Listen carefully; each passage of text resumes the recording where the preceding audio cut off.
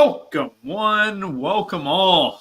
I am a depressed Ohio State fan today, and I am joined by Snyder, who saw his Nebraska Cornhuskers lose a tight one to Iowa yesterday. So we're both sad college football fans for the most part. But hey, you guys got bowl eligibility. Hopefully Raiola returns as well and doesn't get offered huge money from Georgia or something like that. But you have a promising future. And if Ryan Day is the coach of Ohio State, we don't have a promising future. How are you doing, Snyder?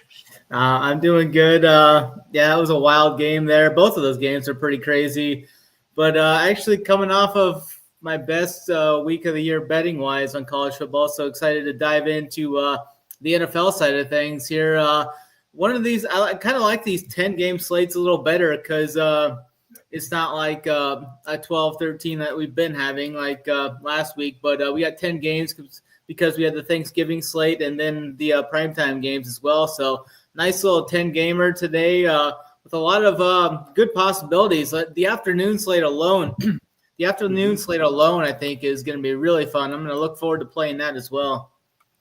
Yeah, it's going to be a great slate. The afternoon slate having a lot of these high totals as well, where the Panthers, honestly, I would be very happy to say I'm wrong about Bryce Young. I still want to give it a few weeks, but over the past few games he's played since losing his job to Andy Dalton and regaining it, he's looked 10 times better. You got the Bucks going against the Panthers there, Rams against Saints, Eagles against Baltimore. Like that 4:00 set of games, Snyder, you're not kidding. That's a very tasty part of the slate. And the afternoon slate itself will be great. We have, cores up all the time for those afternoon slates as well on the Run For Your Sports website. Last chance for Giblets44, the promo code Giblets44, 44% off your first payment as a Run For Your Sports member. So if you're ever thinking about a time to sign up, there's no better time than today.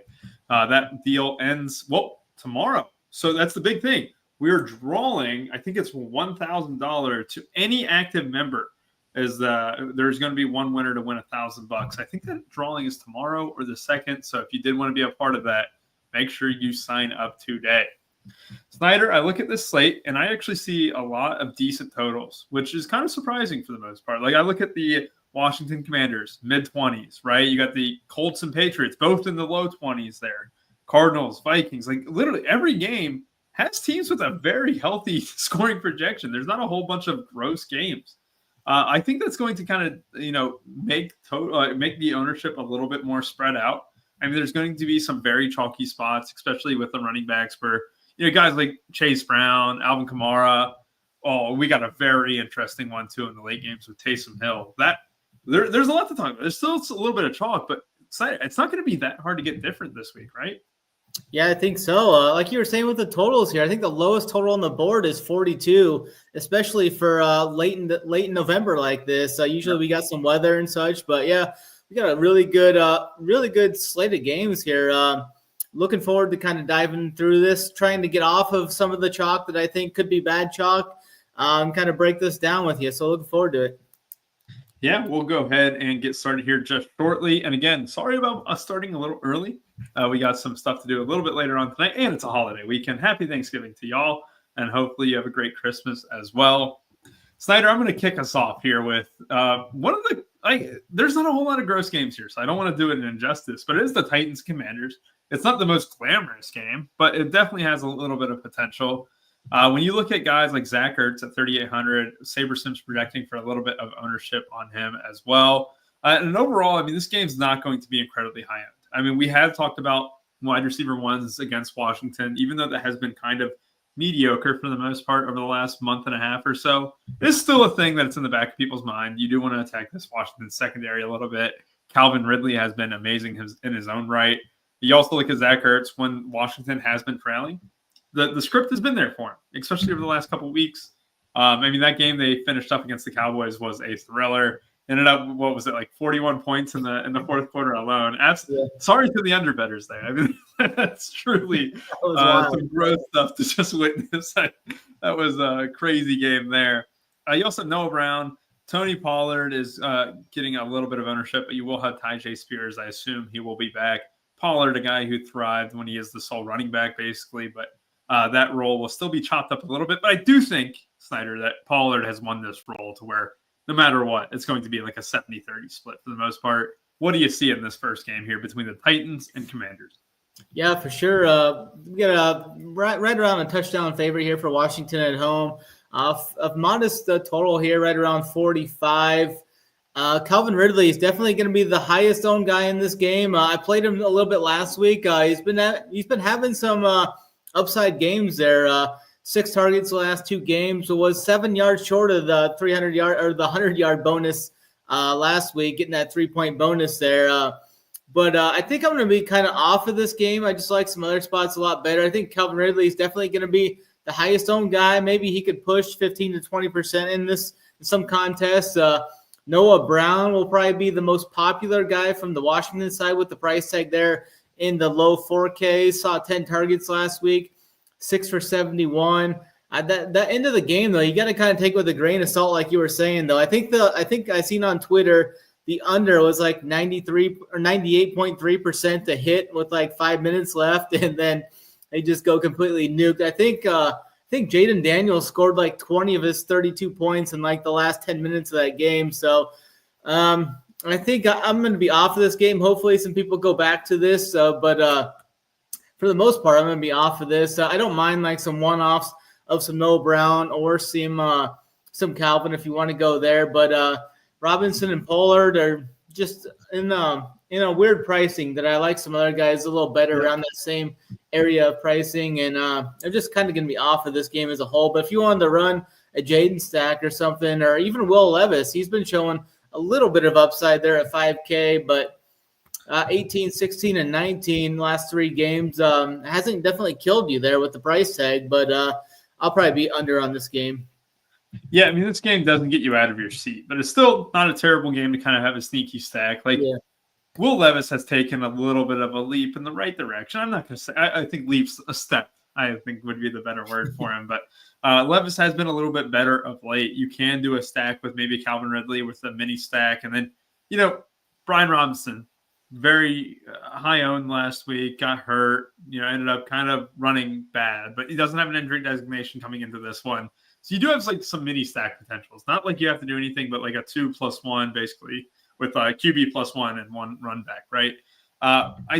This is the thing too. Like Terry McLaurin's price is finally high enough to where like I'm not really worried at all about fading him. If he beats me with a 2-touchdown game, hats off to him. At the same time, he's very scoring dependent, especially in the end zone. Like he needs to get into the end zone to hit because he's not going to get there with just pure volume.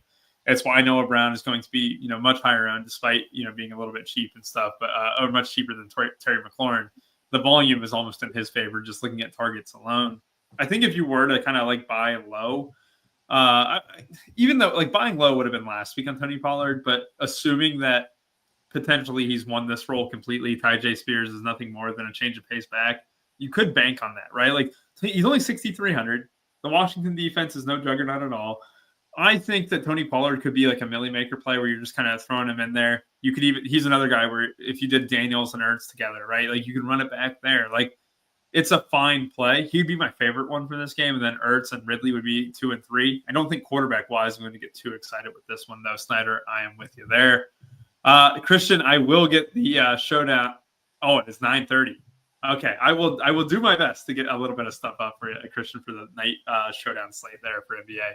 I thought it was 10 o'clock, so I apologize. Snyder, I'm going to move on from this Titans-Washington game. I'm going to go to the Colts and Patriots. So this is a very interesting one for the fact that Josh Downs is out for this one. Alec Pierce will be in.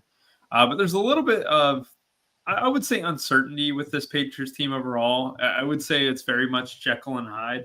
Like, you don't know what you're getting week in and week out. Like, a couple weeks ago, they looked great. Last week, they looked absolutely horrible. However, if you tell me, like, Demario Douglas is going to be a full go, Hunter Henry's going to be a full go, I mean, those guys ran 30-plus routes last week. They have a very similar team total to the Colts. Like, this game is not Colts being a big favorite at all. You also have the factor that Josh Downs is out. So, like, targets will be there for maybe Pittman, maybe Pierce, maybe A.D. Mitchell as well, who thrived the last time a wide receiver missed, specifically Pittman as well. There's decent potential in this one, Snyder. Like, there's not a whole lot of high-owned guys. I think Hunter Henry's probably the best play from this game. But I could see myself maybe doing some cheap double stacks, specifically with like the Drake May, Douglas, and Henry side. What do you think about that? Yeah, for sure. I played some Pittman last week. He was think he was 4 yards short of hitting the 100-yard bonus himself there to get that 3 points. Still in the low 5Ks. I think he's definitely viable once again here on this slate. So I'll be looking to some Pittman there. I think both of these quarterbacks have some upside, and they're both priced in the mid 5Ks. So, I mean, Drake May has yet to have that like ceiling game, but I mean, he's throwing the ball 37, 39 times the last 2 weeks. So he's at least getting his attempts out there, and the upside's there. Has yet to throw for 300 plus yards. He was close against the Rams, throwing for 282 a couple of weeks ago. I think this is one of those games that could potentially kind of shoot out. We've got a total under 3 in this game. So I think we could see a little bit of back and forth here. Like you were mentioning with Demario Douglas there at 4,700. I think he's fine. I do like Hunter Henry quite a bit at the tight end position as well. He should see, a little bit of ownership, probably modest amount of ownership, I think. But he's been seeing the targets. Like every game, it seems like he's seeing 8, 9, 6, 7, 8, somewhere around there targets-wise. Only got 5 for 44 last week. If he finds the end zone and goes 5 for 60 and finds the end zone, I think that'd be a really strong outing for 4.2K. And I think like a few weeks ago, we talked about a lot of double tight ends hitting. I ran some Saber Sims earlier before the show, and I was getting some more double tight ends hitting again this week. So I think we could see like some of these double tight end builds like Hawkinson and some of those other tight ends like Henry are still underpriced, I think. So we could be getting good value for the 4K range with the double tight end build like a couple weeks ago when we hit on Jonnu Smith and Taysom. Yep.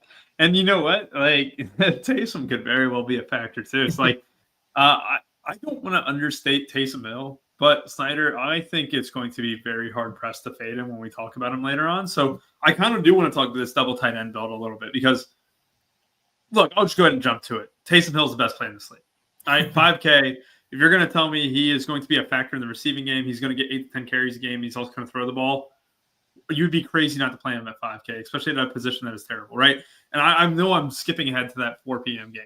However, I don't think people are truly kind of grasping that Taysom Hill is going to be the tight end 1 moving forward, and that might include Brock Bowers. I mean, Brock Bowers is the only guy who can compete with him at this time.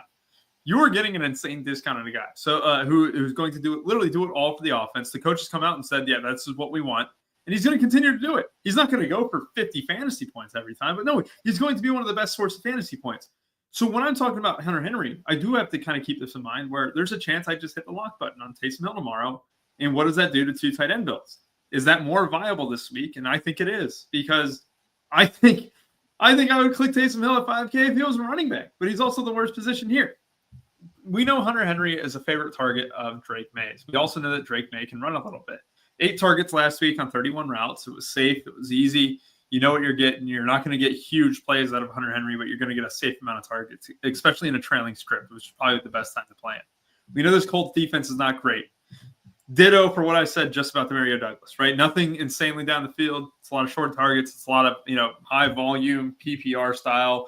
The biggest knock on Demario Douglas early on in the season, he wasn't getting enough snaps. Well, he ran the most routes last week for the Patriots along with Hunter Henry. They both ran 31. Those are the 2 guys that I love from this game. You flip it around to the Colts. Well, A.D. Mitchell impressed me. Last time that Pittman missed, A.D. Mitchell shined. Now that Josh Downs is missing, A.D. Mitchell should step into a very similar role. That's not to say that A.D. Mitchell is just going to be a smash play. However, if he's 3,900, it's a fine clip. Pittman, better click at 5,200 though, right? Like we saw Pittman develop a little bit of a rhythm last week with Anthony Richardson, even after going out in the first quarter. Like I think he went to the medical tent and stuff, and then still came back and had an effective game. Those wide receivers and tight ends from this game, very fine. And Richie Smalls, you mentioned it too. Look, I have no reason to respect this Colts defense. Ramondre is a good click, especially if you're going to leverage a little bit off of Hunter Henry getting a little bit of ownership. Drake May getting a little bit of ownership. Stevenson's a fine play there. I do like that a lot for leverage. Jonathan Taylor, like this is a game where it might be one of the lower totals, but I do think it has a lot of fantasy appeal, and I don't want to lose sight of that. Hunter Henry being my favorite, along with Demario Douglas, and then Michael Pittman. And I would say I'd round it off with Drake May because I do like those double stacks where it's very affordable. All right. Cardinals, Vikings. Trey McBride finally had his game last week. He looked great in that first half. Second half, things were kind of a little bit slow for the Cardinals, but hey, they got the job done. I mean, they ended up beating the 49ers there. Also with the Vikings, TJ Hawkinson, monster second half, an overtime game. I should say fourth quarter. I think he didn't even hit his prop Snyder until until a few minutes left in that game. Like I had a big parlay with around the Bears because I was very high on like Caleb Williams and them, and I ran it back with Hawkinson and finally got there in the fourth quarter. And then in overtime, he got like 3 or 4 targets alone, and he ended up going off. This is another game where is double tight end better than usual? Yes. The more I look at this slate, Snyder, the more I see double tight end in my future. And I know a lot of people don't agree with that. I know a lot of people might hate on double tight end. You know what? You're fine. You might be right. Like I might get through this game like, man, there's a lot of good running backs too. But as of right now, double tight end, you got the Colts, you got the Patriots for the most part, slightly Ertz, both these tight ends here, Taysom Hill later on, and a few others who we're going to talk about, is very appealing. What are you doing with this game, though? I know Aaron Jones and Justin Jefferson both projected for decent ownership. What's your take? Yeah, I've listened to a few things around the industry, and it seems like a lot of people are saying that Justin Jefferson is their sneaky play of the week to kind of nuke things. I think he's a fine option, definitely. I mean, he was just putting up 20 to 25 points every week there for a while. Hasn't for the last 3 weeks. But if he's going to get steamed up a little bit, I think my favorite pivot to him, and one of my favorite pivots at the running back position, is Aaron Jones this week. You've been able to run on Arizona this year. They've given up almost 20 points to the position every week, right around that 15 to 20 point range. Aaron Jones finally had a big game last week, 22 carries last week, hit the 100-yard bonus, found the end zone for only the third time this year. Even saw 4 targets in the passing game too. So if we're going to get that much workload for a guy that could potentially be, under 10%, maybe even under 5% in some contests, I think I'm going to buy in on some Aaron Jones this week because I like the Vikings defense as well. I think they're going to blitz Kyler and kind of confuse him a little bit. I think Kyler is definitely turnover prone. So I think we could see the Vikings posting another one of those double-digit fantasy performances from the defense like we've seen, 7, 8, 9 times this year. So I'm high on Jones, Minnesota running back stacks, kind of like that, the little correlation there. I think Jefferson is definitely fine. I think Jalen Naylor at 3,500 is a fine, like Millie Maker type punt throw there, dart throw type deal. He scored another touchdown last week. There at the start of the season, he was scoring about every week. I think he's a guy they look to in the red zone. Definitely is a thin play, but I think he makes for a Millie Maker type round play there. And then I'm going to go back to my guy, Marvin Harrison. I played him last week, hurt my feelings a little bit, only caught 3 for 47. I think the breakout is coming here soon, though. And like I said, the Vikings are going to blitz a lot, and they leave their secondary kind of on islands there. I mean, if you can withstand the pressure and the blitz, you can tear this secondary apart. So I think if Kyler is able to kind of hold his ground and kind of scramble, Kyler does the best when he can get outside of the pocket. If he can escape the pressure, get outside the pocket, he throws best when he's on the run. So I think him and Kyler, or him and Marv, can connect for a couple of big plays in this game. So even though I like the Vikings defense, I think Kyler will escape the pocket a few times and we'll find some big plays to Marvin down the field. So I kind of like the little correlation there with even Jones, Harrison, or just playing a one-off of Harrison. And then Hawkinson, like you said, we can go right back to both of these tight ends. I played quite a bit of Hawkinson last week, and there for a while, my teams weren't doing good. And then late in that game, I looked at my contest, my winnings were going up, and I was like, what's going on? And Hawkinson just nuked there at the end, like you said. Got over the 100-yard bonus. So that was great for him. And McBride's still under 6K. And the usage that he's getting, I think he's warranted of being in the 6Ks even. 15 targets last week, 12 for 133. I think this game has a lot of makings of inside of a dome as well. So I think we could see a lot of points in this game.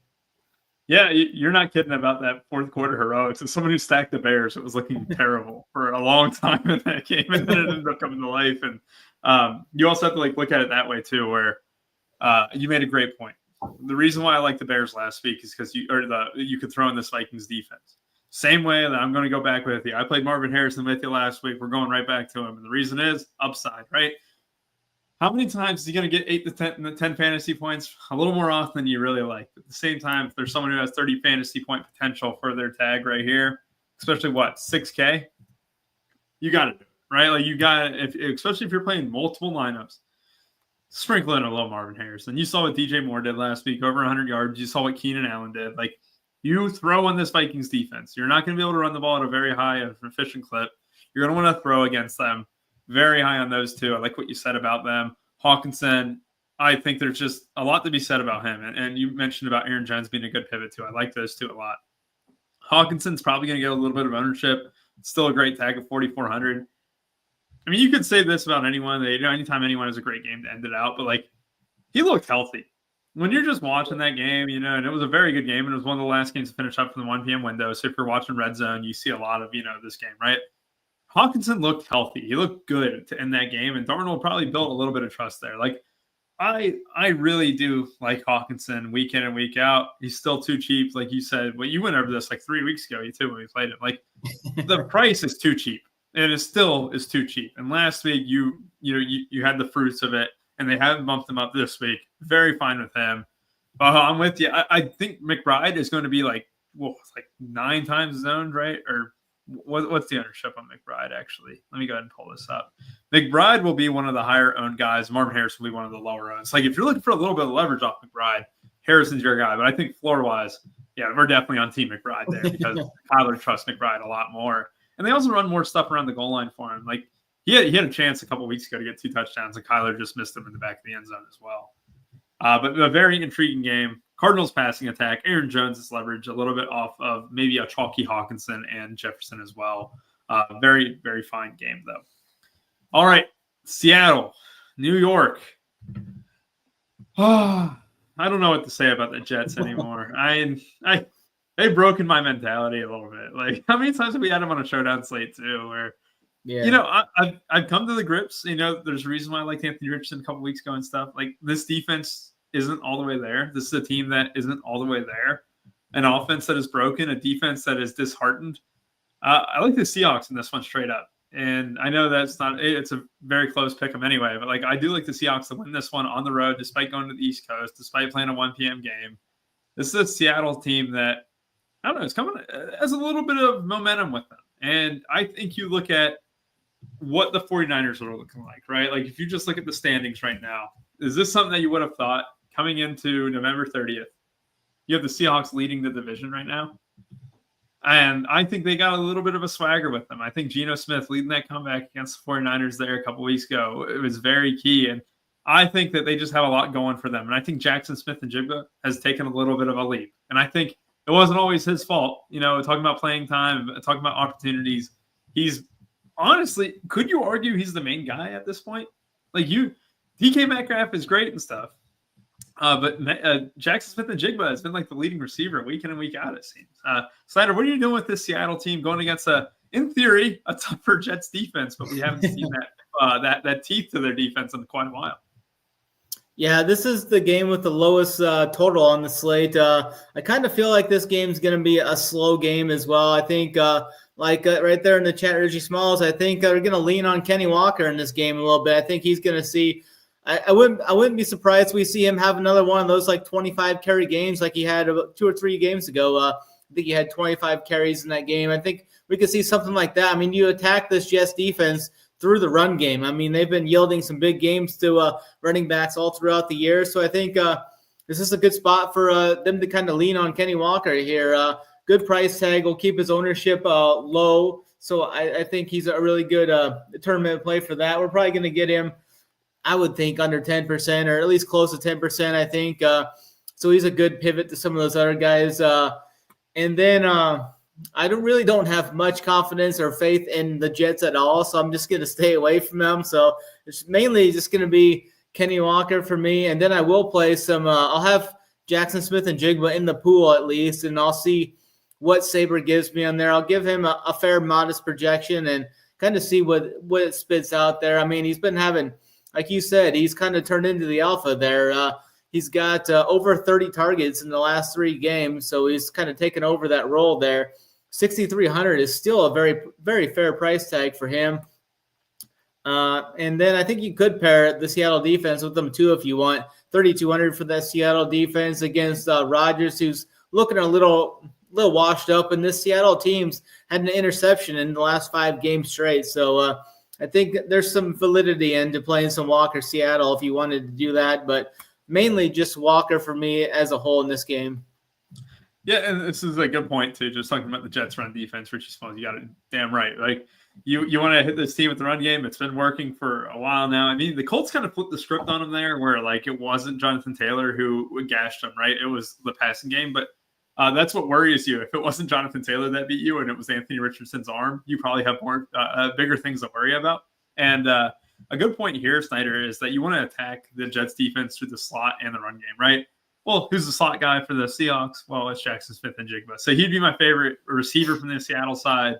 Kenneth Walker, a great play on the running back side. My only fear is that Seattle was just fully incapable of running the ball. Like, it's just every time I watch them run the ball, it's like Kenneth Walker making a miraculous play to make someone miss, and he gets 2 yards, or he gets 0 yards back to the line of scrimmage. So, like, if there was like a bad it's like an immovable object versus an unstoppable force at this point.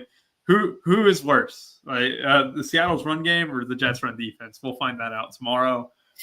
Jets side, look, I think this is a show that has been bullish on the Jets at times, especially Drew and I, not as much as you.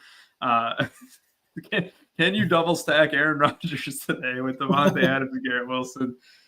You know what? Aaron Rodgers is now 5,300. I'm not going to say it's the worst idea in the world, but I'm not going to do it myself. If I ran the Sims and like all of a sudden I see it in my pool of 150, I will welcome it.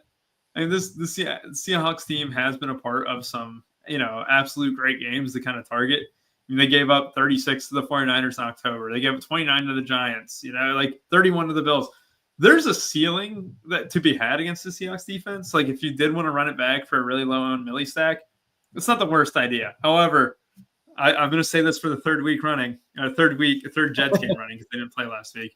This is the last chance they got. Then I'll I got a quarterback a little later for $600 cheaper that I think has more upside than Rodgers. Oh, I like it. We'll definitely talk about that here. And this is a game, an AFC South game. This is the Texans the week before the bye. You know what? We finally had the Joe Mixon miss game last week. Last week is where he ended up very, very underwhelming. And I think a lot of the running backs kind of came in underwhelming there too. Like Christian McCaffrey. I had McCaffrey, Kenneth Walker, and Marvin Harrison late, Snyder. And I was super excited for the late slate. I was already cashing. Like, this is going to be great. I'm going to move up. I'm going to have a great day. And I min-cashed. And, like, I barely min-cashed. I needed the Broncos defense to get that sack at the last second to min-cash. Like, everyone dudded on that late slate. But, like, just talking about Mixon, who was very chalk last week, going to be very chalk this week. However, with this Jacksonville team, this is a team that just sucks in the secondary. I mean, I'm not going to sugarcoat it. Yeah. I'm with Nico Collins again. And he was very close to having another big week last week. For the second straight week, a Nico Collins, I wouldn't say a bomb this time, but a bomb the other first time, and then a 35-yard touchdown called back due to an illegal shift or an illegal formation at the start. Yeah, Nico Collins is due for a mega ceiling game. I think this is the week to target him at 7,900 Snyder, and I think Stroud at 6,400 is great. How is Doug Peterson still employed? I thought he would be fired after the Lions. Did they go back on their word? Did we just not witness this Jaguars team? You can go two directions. You can just stay the same as you were against the Lions, or you can get significantly better.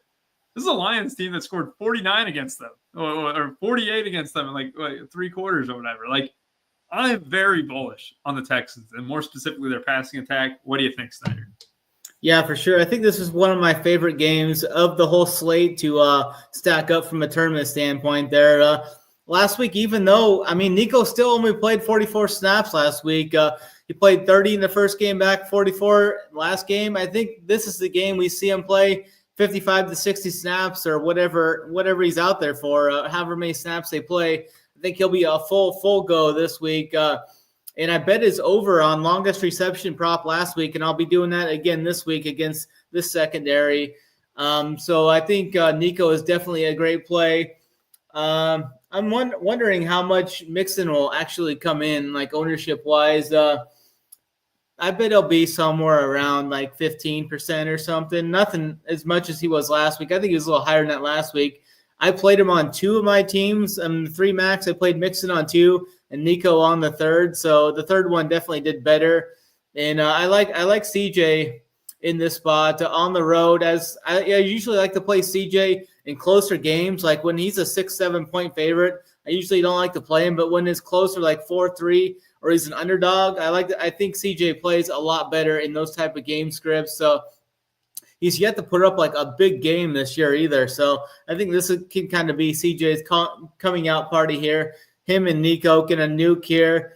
And then I really like Brian Thomas coming back. It sounds like Lawrence is going to play, and I think that's what's been missing the last couple of weeks. We saw Thomas have a couple of big games earlier this year with Lawrence. I think this game has the makings of a shootout here, so I really like the CJ Nico. Bring it back with Brian Thomas at 5,500. And then at tight end, I think Evan Ingram is another one of those tight ends under 5K in a great spot here. Houston's been bad against tight ends. Evan Ingram has the highest target share of any tight end, I believe, or I've got a stat. Where did that go? Last 7 weeks, Ingram has a 27% target share the last 7 weeks. So, I mean, he's seen all the volume there. So I think Evan Ingram is another guy. You can kind of fully stack this up. I think Ingram just needs to find the end zone, though. That's the only thing that's been kind of holding him back this year. He's only found the end zone, I think, once in the last 7 or 8 games. So if he can get some good TD variants here, I think the Ingram, Thomas, Nico, you can even throw Tank Dell in there too if you want. I think we could see some fireworks in this game, though, for sure. Yeah, I think fireworks is a great word for it. And I think I like this Texans defense a little bit. But with Trevor Lawrence coming back, it's not like the Jacksonville Jaguars are going to be a factor down the stretch or anything like that. But it definitely gives this team a little bit of a bump. And you're right, Brian Thomas, 5,500. It's cheap enough. I like what you made, the point you made there. But it really, we're both on Team Texans for the most part in terms of just this is the week that CJ Stroud gets going. If you're going to give me him at this low of ownership, I will gladly take him. And I think you can double stack him as well. This goes to the point of, look, if I were to tell you you can get basically those 3 guys for 20K without Diggs, right? Diggs not in the lineup and stuff. You would have taken that last year, especially at this stage of the season. You would have had that upside to where it would have won you slates. And I think a double stack here with the Texans is very fine. And we're kind of going over this slate right now. Like, double stacks on a 10-game slate feel very nice. I think on like a 13-game slate where we had early in the season, it was better off. One man, one player, one quarterback, right? One receiver, one quarterback. However, as the slates get a little bit smaller, double stacking becomes more and more viable, and as pricing becomes softer, those double stacks also become more and more viable. Like if you were to say 3 weeks ago when these stacks were 22K, 23K, and that was the case with some of these guys, like that was out of the ballpark. But you're getting a discount on them now. Double stacks are again the best way to do this, and I am very, very bullish on the Texans. I will have plenty of them tomorrow, Snyder. They are my favorite team. I think double stacks are even more viable in like the smaller the contest you get into. If you get into some of those, like I like playing in like the $100 single entry that has like a field of like 500 or something like that. I've had good success in that. You can kind of get overweight on certain games because you don't need like the stone nuts to hit to have good success in those type of contests. Yeah, and it's also a great point, too, that you make there. I mean, our guy, Travis Mangone, ended up winning, 15K in a single entry contest as well. And I think that was a CJ Stroud stack with Nico Collins. And, like, it takes one low-owned play. And if these guys are coming at the ownership that I see them at right now, Snyder, they're low enough owned where you can play chalky elsewhere and still just getting that winner right there. Let's move on. 2, a must-win game for the Cincinnati Bengals. Every game is a must-win game for them forward. The only game that you could argue is not a must-win game is the one against the Cowboys because that doesn't impact their playoff percentage as much. But I hope they win that one. This is probably the most frustrating team. I mean, look, I love the Bengals. I think they're very predictable for DFS purposes. Like, let's be honest. Like, they're probably one of the best teams to play for fantasy because you know who's getting the ball. Chase Brown is getting the lion's share of running back touches. Jamar Chase and T. Higgins are the only 2 factors in the wide receiver room when both are healthy. You don't really need much else. I mean, on a main slate, those are the 3 guys plus Joe Burrow. They're playing the most frustrating team in NFL DFS, the Pittsburgh Steelers, where You don't know which running back is going to get the lion's share for the most part. I mean, I guess Najee would get it, but Jalen Warren does look better at times. You have a wide receiver who, yeah, I mean, I think me and you both agree on. I think he's like the 7th or 8th best wide receiver in the division. George Pickens being the number one guy, and you also have a tight end situation there that is murky. I mean, let's be honest. Is it Freiermuth or is it Darnell Washington? I mean, the Freiermuth looked great last week against the Browns, but Darnell Washington has been getting more and more targets as the weeks have progressed. And, why not target a 6'7", just a pure athlete? I thought he profiled more as an offensive lineman, but he's really trimmed up a little bit and stuff. This is a Steelers team that is unpredictable, but for the Bengals side of the ball, going against this good defense, being at home, what's your take? I mean, Chase Brown is projected to be one of the highest owned players on this slate, Snyder. Good chalk or bad chalk?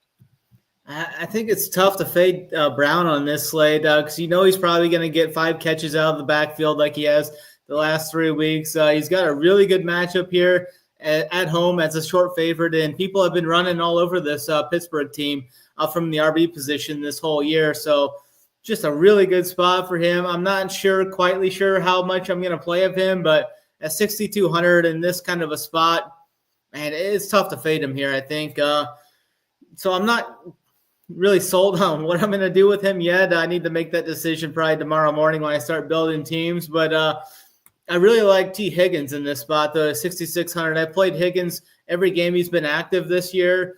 I think a lot of the defenses kind of definitely put a lot of emphasis on Jamar Chase, rightfully so. He's the best receiver in the football league. So Jamar Chase is definitely going to command a lot of respect over there. Kind of leaves T. Higgins a little kind of in some softer coverages, I think. So I like T.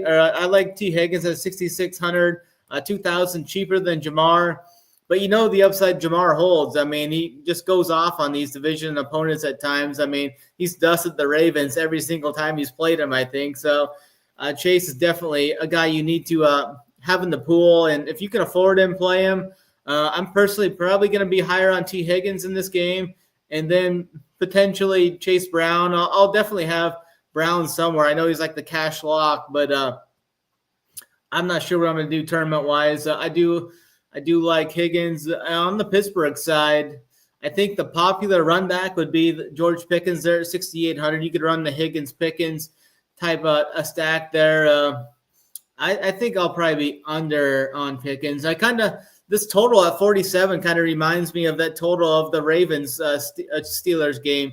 These AFC North Division games outside of the Steelers or the Bengals and Ravens usually kind of play a little slower, I think. But I think I'll be a little under on this game. Probably Higgins, my favorite, and then Chase Brown. Yeah, I'm kind of with you. And this just goes to years and years of watching Bengals Steelers absolutely be like awful games for fantasy. And when you look at it here, Chase Brown's a great play because, look, he's obviously going to be one of the highest owned guys. So we're not getting different by saying he's a great player or whatever. But you mentioned it. He's a factor out of the backfield with his hands. He is going to be the guy inside the 5-yard line. He's going to be the guy inside the 20s. Like, you're getting everything you want. You're getting a bell cow back and one of the highest totals week in and week out for the Bengals here at 6,200. There's nothing bad about that, right? So if you're playing Chase Brown, just make sure that you're getting a little bit different elsewhere. You don't want to jam in 30% guys across the entire lineup, even single entries, but also more specifically the Millie Maker, or else you're just not going to give yourself a chance to win. But yeah, I'm not going to talk bad about Chase Brown because he's one of the best players, just raw point per dollar wise, everything around it too. I think T. Higgins is an interesting play as well. Like you mentioned it, 6,600, not bad. Jamar Chase, 8,600. Like those prices are, I think Higgins is priced correctly, if not just a little bit cheap. Jamar Chase is kind of getting a little bit expensive at the same time. Like if there was a game where like the Bengals scored 24 points and the defense finally showed up, it just feels like this is the week. Like it feels very much like a 24-17 or 24-14 game where the Bengals, even though they didn't do it with the flashy offense, they got the job done. And that is something that needs to be done. This is a Bengals team that has to have the win. And if they don't get the win, they're out of the playoffs, basically. I mean, a long story short, if they don't win this week, they're screwed. And I don't think they're going to be tight or anything like that, but I do think that this offense will make sure to try and take care of the defense a little bit, if that makes sense. Like, how many times do they have just a one-play drive against the Ravens, only to give them the ball back and immediately have the ball down their throats after a long drive as well? Like, I don't know. I just feel like this game kind of plays a little bit slower. Like you said, AFC North-wise, like games kind of can slug a little bit, even though it hasn't been the case with like Bengals, Ravens, and hell, even the Browns and Steelers got the over in that snowstorm and stuff. Like it just feels like a little bit of a grosser game. But again, Chase Brown's my guy. I think I'll probably be under the field on Jamar Chase and T. Higgins, but over the field on the Bengals defense because Trey Hendrickson can make anything happen, but also don't trust Russell Wilson at all. I think on the Steelers side of the ball, we have been talking about how you want to kind of get guys against this Bengals defense. I don't know. I don't really have any interest in the Steelers. I'll just say that. I think they're all pretty gross. I don't think that anyone's scaring me. If there was a person to scare me, it would be George Pickens, but it's only because he's an upside play. Outside of that, I don't really see anyone who can kill me on the Steelers, and that includes Russell Wilson. All right, moving on to a Chargers-Atlanta Falcons matchup here. My Chargers looked fairly awful against your Ravens last week. You know, I say my Chargers because I love them for best ball and stuff. But give me 3 or 4 weeks and I'll stop caring about them. But this is a team where they've been very inconsistent, almost like the Texans a little bit, Snyder. Like in the first half, they've been great. Second half, they've been terrible. And that's been the case for them over the last 6 weeks. This is a team that is going to be missing J.K. Dobbins, who's getting placed on IR, which is a blow to them. And this also gives us an interesting chalk play. And I think I don't know what your take is going to be on this because I think I'm pretty set on my Gus Edwards take. But if he's going to come in at around 10% owned or so, I think it's better than what it was. I think that Kamani Vidal has a big say in this running back room. I don't think they trust Gus Edwards to take 15, 20 carries here, Snyder. What do you see in this one here? And also talk about Bijan, who is projected to be the highest owned player on the slate, or on the slate in this game, I mean. I'm not quite sure what they're going to do with Gus Edwards. I mean, he's only played 15 snaps the last couple of games. He's coming back. He did have that game against Carolina earlier this year. I think that was without Dobbins potentially. He played 33 of the 69 snaps, had 18 carries in that game, averaged 3 yards a carry. I think Gus Edwards is definitely going to be the goal line back. I'm not quite sure what I mean, the $4,300 price tag is definitely tempting. If he could somehow get 50 yards and a touchdown or 2 touchdowns somehow, it's interesting there for sure. I think he's going to be kind of lower owned too, like probably around that 10% mark. So it's definitely tempting for tournaments and such to help kind of jam in some of those other guys you want. But I think I lean more towards Herbert in the passing game here. You can pass. I think both of these defenses are definitely capable of getting torched through the secondaries. So I kind of like the passing games in this matchup here. Herbert's been strong. I mean, even last week he didn't play the best, but that was one of the better games the Ravens had played from a defensive standpoint. They got to Herbert 4 times and sacked him. Herbert's been more mobile though these last few games. He's got at least 30 yards rushing in the last 3 games, 2 rushing touchdowns in the last 2 games as well. So we're getting some mobility upside with Herbert at only 5,600. So it's easy to stack him up. I mean, if I'm playing Herbert, I want to stack him up with Ladd McConkey and probably Will Dissly. Those are the 2 guys he's mainly looking to. We saw what happened with Quentin Johnson last week. I don't know if he's going to get too many targets his direction anymore. So I think it's like Palmer and Ladd McConkey are going to be the guys that are getting. I think he's going to try and look for Palmer to maybe step up a little more in this game. 4,300. He's definitely interesting for the larger field tournaments and such. But Ladd's going to see probably 6 catches again in this game. I don't know about his upside, though. I mean, he's only hit 20-plus points a couple times, and his ownership's creeping up a little bit. I'm seeing him in that 15 to 18% range now. I think he's fine. Herbert's just so good. I think the Chargers are going to bounce back big and put one on the Falcons here in this spot. The Chargers are a 1-point road favorite here, which is pretty telling, I think, from the Chargers standpoint. So I like LA in this game quite a bit. And then Bijan Robinson, 7,300. I think he'll be probably around 20% or so ownership-wise.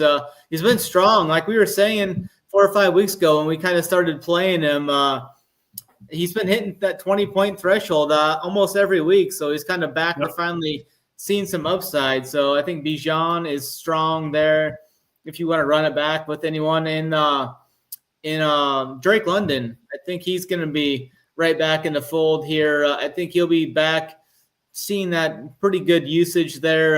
He's another guy that only had that one big spike game though this year, putting up 36 points in that one game.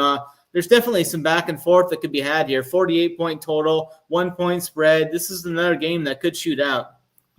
Yeah, I mean, we're going to be December 1st tomorrow. So, like, you know, these dome games, we're used to saying December you want to play the dome games and stuff. It's not as critical here and stuff, but it's definitely a factor, right? Like, it's definitely a small part to play in this.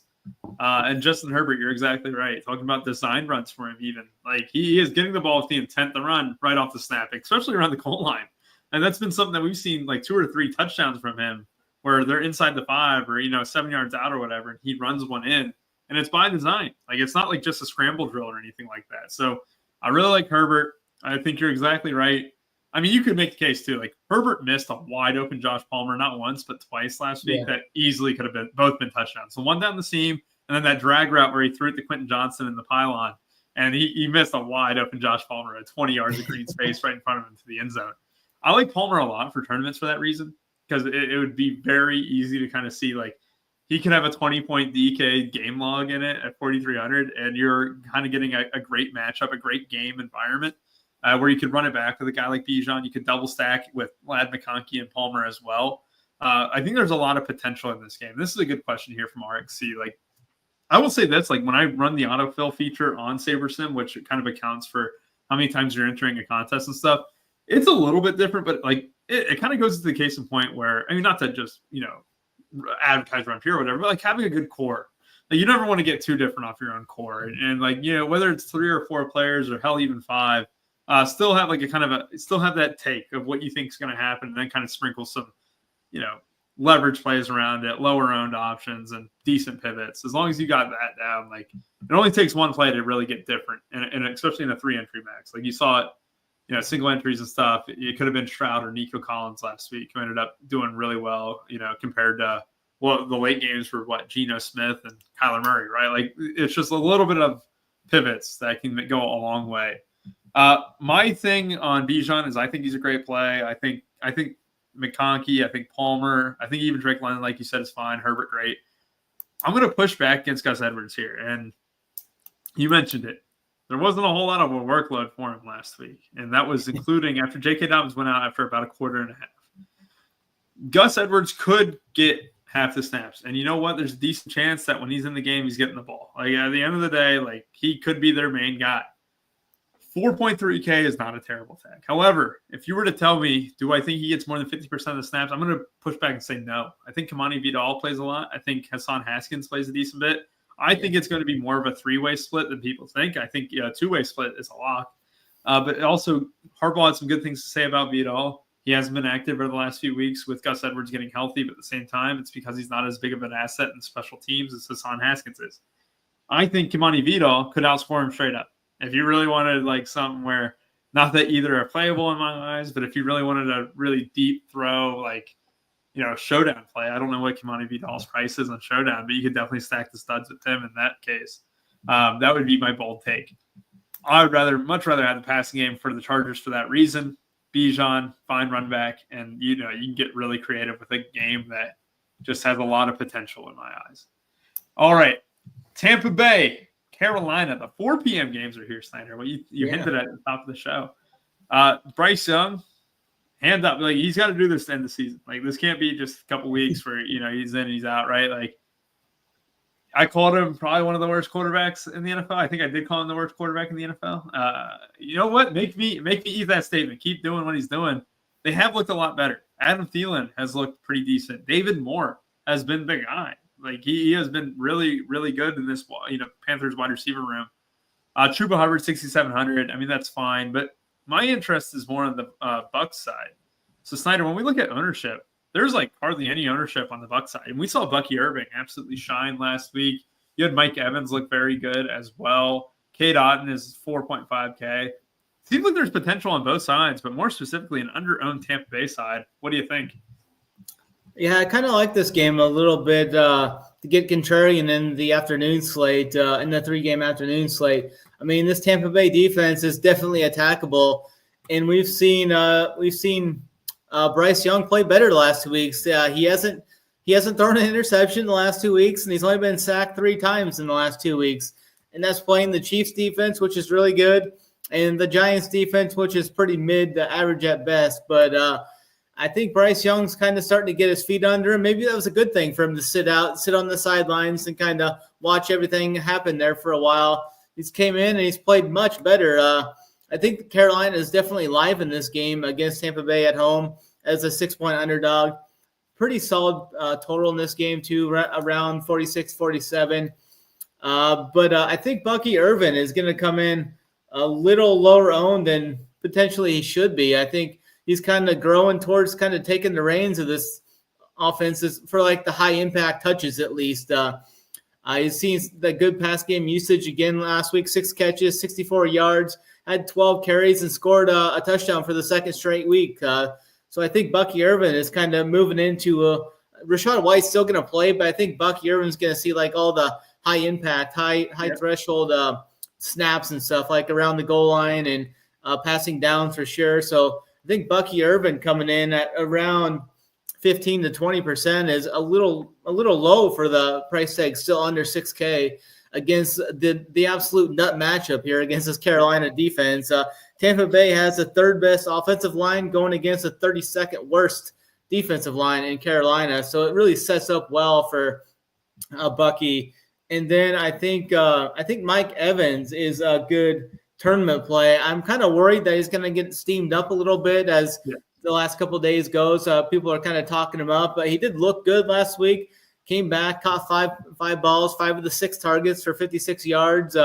He's a guy that could go off in this game as well. And then on the Carolina side, pass catching wise, we got one of the more popular, cheaper options over there in David Moore at 3,500. He's probably going to see upwards of potentially 25-30% ownership. He was the guy Bryce Young looked to a lot last week. 10 targets, caught 6 for 81 and a touchdown.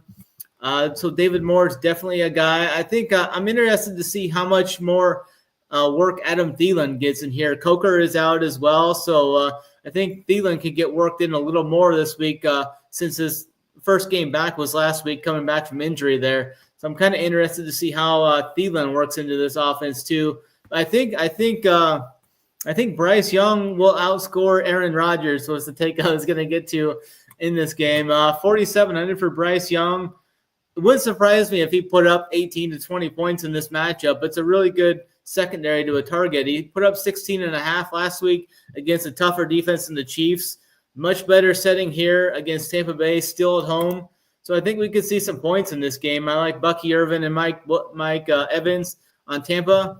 And then I think you could run it back with a Bryce Young stack with either David Moore or Adam Thielen. I mean, you could play Bryce Young and David Moore for like 8K flat. Yeah, no, I like that idea, Snyder. Like, look, this is what we always say too. Like, this is a pass funnel against the Bucs. You can't really run on them. And I like what you also said about that D-line matchup. Like, look, the offensive line versus D-line matchup. The Panthers have been very porous defensively, especially against the run game. Like, you can easily get, and you mentioned on the late slate, like, you know, a QB +2, bring back 1 or 2 even, like on this game. Like, there's a lot of potential here. It just takes the Panthers showing up, right? Like, at the end of the day, it takes Bryce Young to say, can you do what you've done over the last couple of weeks? And it's a path. If there was ever a spot for a quarterback to kind of continue his mojo, I mean, against the Tampa Bay Bucs is a fine time to do it. David Moore is not a bad play. I think Thielen at 4,800 is a very interesting play as well. It's a little bit of leverage off of Moore. Even like Xavier Legette, like, I still have a lot of draft capital in him. He does have a little bit of rapport with Bryce Young. Like, I can see this game being very sneaky where, look, I mean, this is a cheap Bryce Young. He's 4,700, right? The same case that we were talking about the Bears last week. 3 touchdowns, right? Like, what if they scored 3 touchdowns? Bryce Young was involved in all 3. Like, you're getting your money's worth then. And that's what it would take. Is it possible? Yes. Are they implied 3 touchdowns? Almost. It's not the worst, Snyder. I do like that a little bit. And Bucky Irving, it was Big T's play of the week last week, I think. Yeah. I can see it. I can see him doing it again. I can see him running it back week over week. He looked great last week, and he wasn't even how many running backs scored last week? It was him, Rachaad White, and Sean Tucker, all in the Bucs, right? There was a chance that one of them could fluke 2 touchdowns. Why not Bucky Irving? Love him a lot. Love Mike Evans. Sneaky game. I know I've said I like a lot of the games, but I'm just going to do a quick summary. I know I've said a lot. I like a lot of the games. However, I don't like the Washington game as much. I don't like the Jets game as much. I don't like the Bengals game as much. And honestly, I think all the other games are pretty much fine. It's just interesting. I think you could condense it down to almost 7 games. Let's move on to our second to last game. The Rams taking on the Saints. Do you have good things to say about Taysom or bad things? I mean, I've been playing Taysom the last couple of weeks ever since we mentioned that double tight end build a couple of weeks ago. So I keep playing Taysom at 5K, and that stat line you mentioned last week, the stat line that Taysom put up last week was just absolutely wild. I've never seen anything like that, but he's the only guy that can put up something like that. So I think he's definitely going to be, when he's on the field, he's going to be touching the ball. He only played 33 snaps last week, but when he was on the field, he was basically touching the ball every single snap. So I think Taysom at 5K is definitely a strong option on this slate. And then from the passing side, I think Stafford is in a wonderful spot here. Stafford is under 6K still. I think Stafford doubles are really strong in this matchup. You got Stafford with Puka. Puka is going to be the cash lock that everybody goes to. So Puka is definitely going to see a bunch of ownership. But I mean, Puka and Kupp against this secondary in a dome. I love everything it has to do with this game. Kind of. I am going to be under on Kamara again, though. I haven't been playing Kamara. I'm going to stick to not playing Kamara. So I will be off of that Kamara chalk again. I just haven't played him yet this year much at all, and I'm going to continue to be off him. I'll rather play Taysom for $2,700 cheaper. He'll get some goal line looks, but I like Stafford with Puka and Kupp. Puka is just a really good price. I mean, he's cheaper than both Chase and Jefferson, and he's almost putting up similar stat lines. I mean, he's going to see 10-plus targets in this game, probably catch 7 balls, probably go over 100 yards again, and then it just comes down to if he finds the end zone or not to really nuke or not. So, really like Puka. Kupp is a strong option. I'll be fading Kamara, and then I like Taysom. Oh, I got one more guy. I think there's a sneaky, really dart throw for the million maker. Kevin Austin for the Saints. I think Kevin Austin for the Saints. If you want to throw him in a million maker lineup at 3,200, very thin, but I think he can catch a deep one here.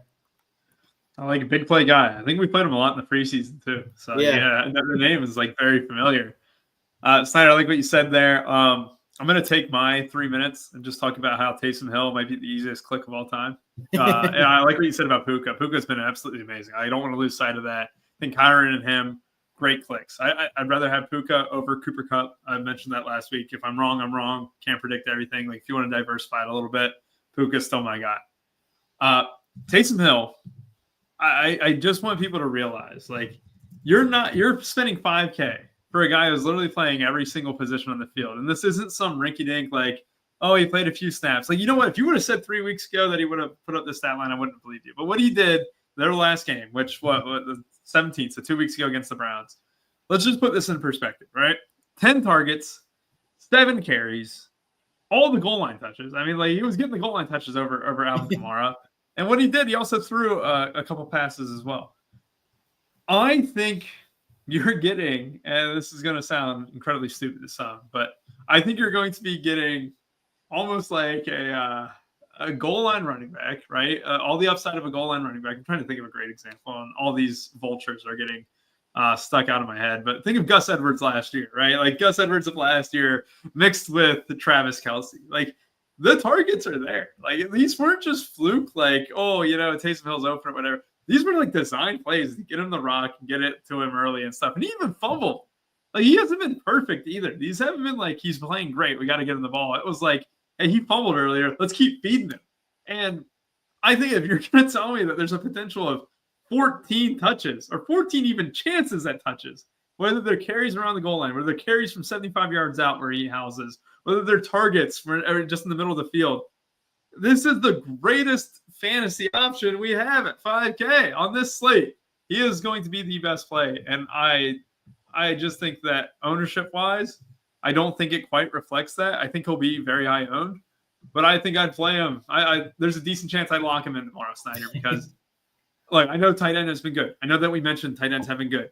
If he gets less than 10 fantasy points, I'll hold up my hand. And that's all he needs, really, to even hit value. But I think he has the highest upside on the entire slate at the tight end position. And I think he has one of the best floors. Like, if he doesn't get 10 touches tomorrow, carries and routes combined, hand up, that's on me. But I think that's his floor, and that's just touches. That's not upside. That's not touchdowns. That's not nothing.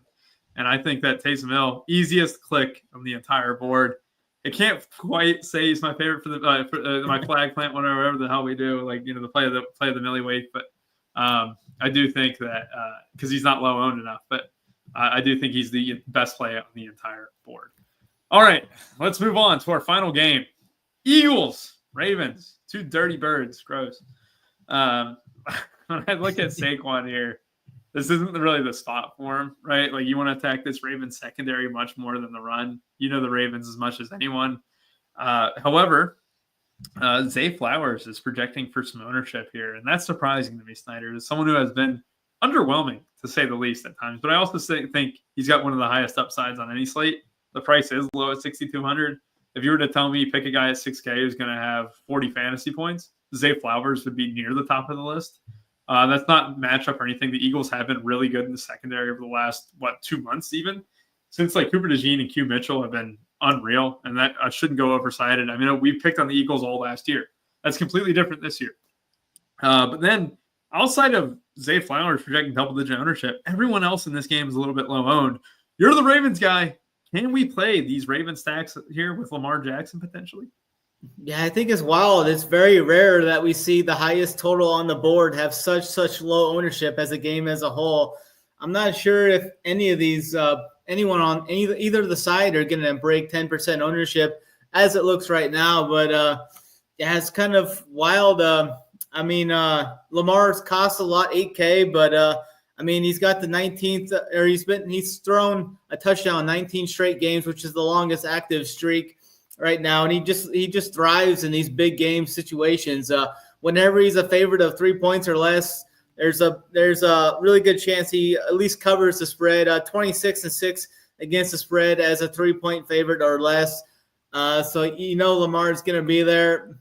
Philadelphia is tough. I mean, they got some weapons there. It sounds like Devonta Smith might be back this week.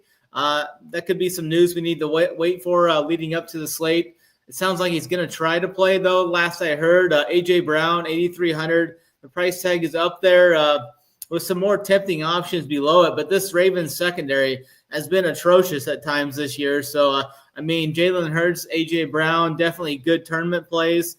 I don't think I'll be able to get to A.J. Brown at that price tag, though. I just like others a little better. Zay Flowers, 6,200.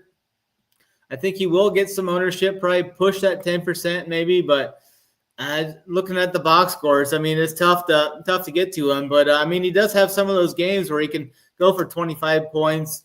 I'm kind of going to be under on this game as a whole myself. That's kind of why all the ownerships are dictating that. But I really don't have any strong cases on this. Baltimore's been pretty good against the run, horrible against the pass. But Saquon is so good. He's got so big of upside. Both these running backs. Henry and Saquon. It wouldn't surprise me if either one of them went for 35 in this game. I think I'll try and get some sprinkles of both in MME. You get Derrick Henry for $700 cheaper, $7,800 versus the $8,500 of Barkley. But I'm kind of under on this game myself. I think it's going to be a great game. I think this game could shoot out. It could be like a 27-24 type game or something like that. It's just hard for me to pinpoint where all the stats are going to come from. So you made a good point. A lot of that has to kind of revolve around Devonta Smith, right? Like, you have to look at it to where, is Smith going to give it a go or not? And it looks like he is right now.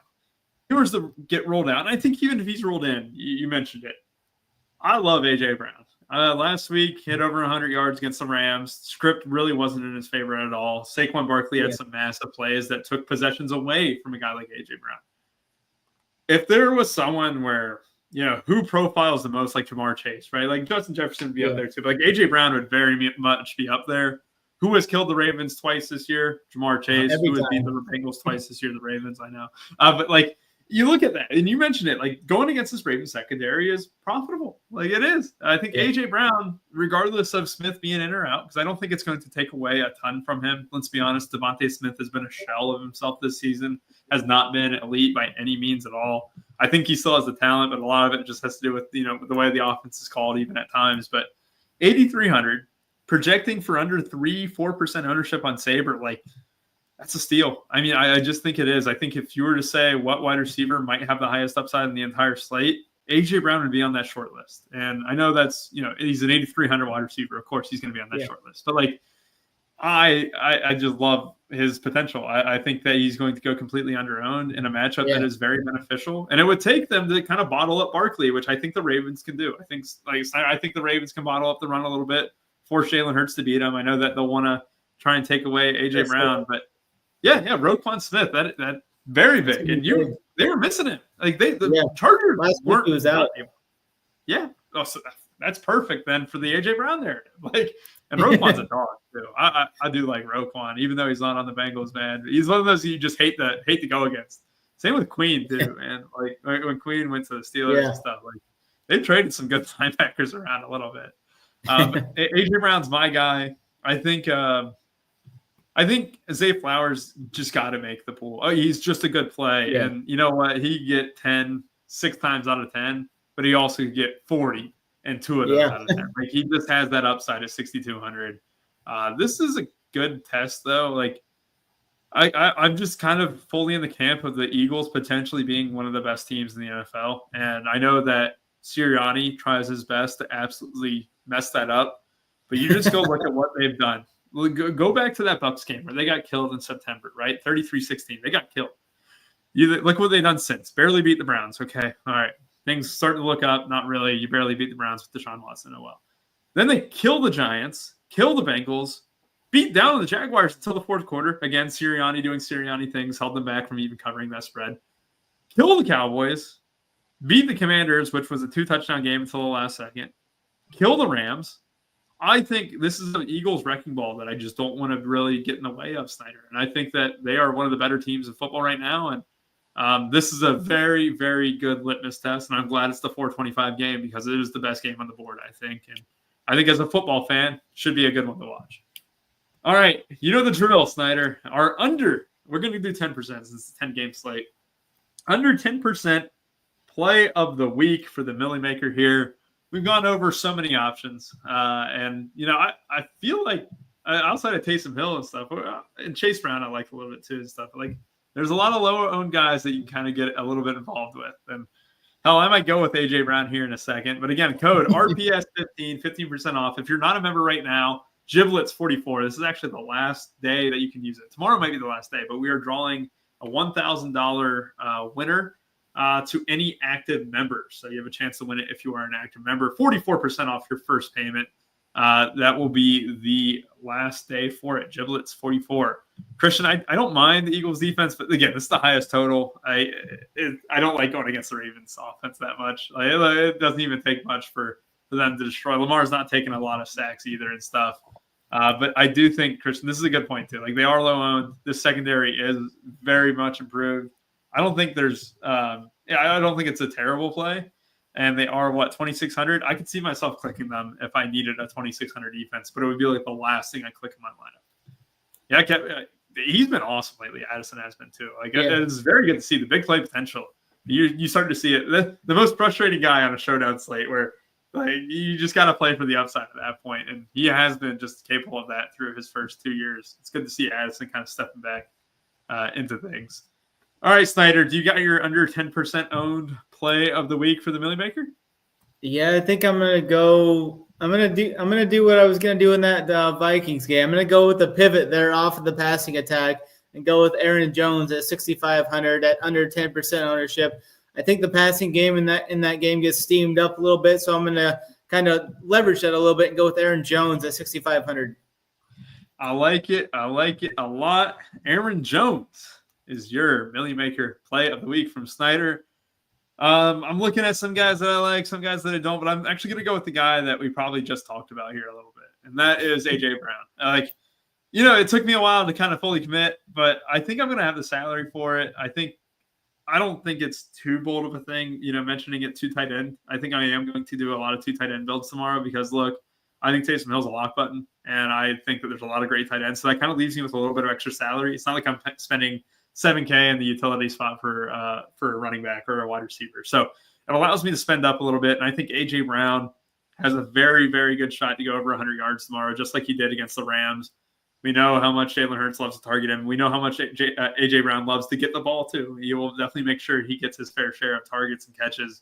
It's an Eagles team that I think drops back a little bit more than usual, and Saquon won't be able to fully get going, and it'll be interesting to see how they approach this Ravens secondary. So Aaron Jones for Snyder, A.J. Brown for me. For Snyder and I, we wish y'all a very, very great Sunday and hope you had a great Thanksgiving as well. Have a great rest of y'all's day and enjoy your Saturday night. Bye-bye.